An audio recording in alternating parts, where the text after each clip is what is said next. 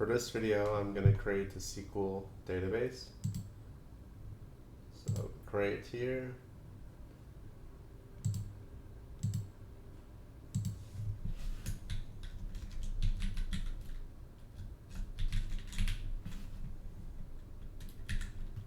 And so for your database, it has to have, since this is a platform as a service that Azure's offering, it needs a server to host the database.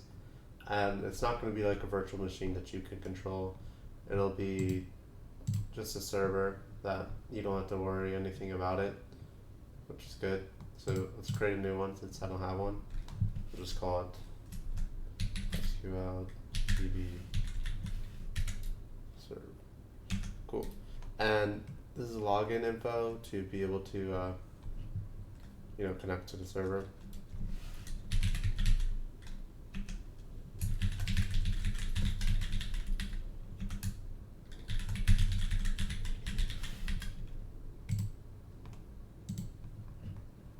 Okay.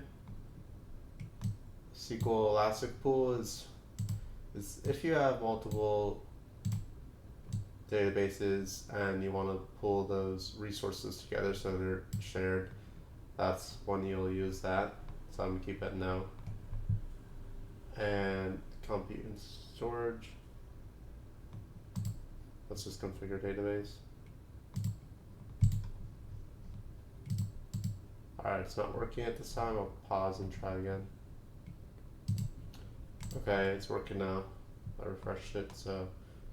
So right now it's on general purpose. You can mess around with the service tiers. So DTU is data transmission units. It's just a metric that Microsoft created for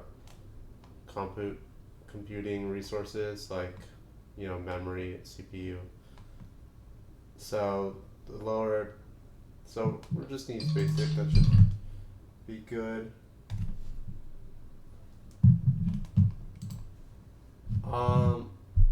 But if you want to have more control over your resources, then you could do VCore. Let me show you that. So there's two different tiers, and you could scale it how you want. But I'm just gonna do basic, and you could change this max size. And it tells you what you're doing. So anyway, let's just do that. This should be good enough. And your storage, I'll do this.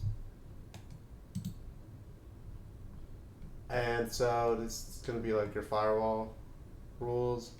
So I want to be able to connect to the SQL database through my computer. So I'm going to create a public endpoint and add current client IP address. That's the IP address of your workstation that you're using now. So I'm going to say yes. And everything else should be good. And I'll come back when it's ready. So it's ready, let's go to it. And here we have the database, and here's the server name.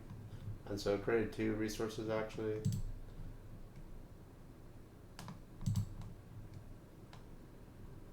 Database and then the server for it.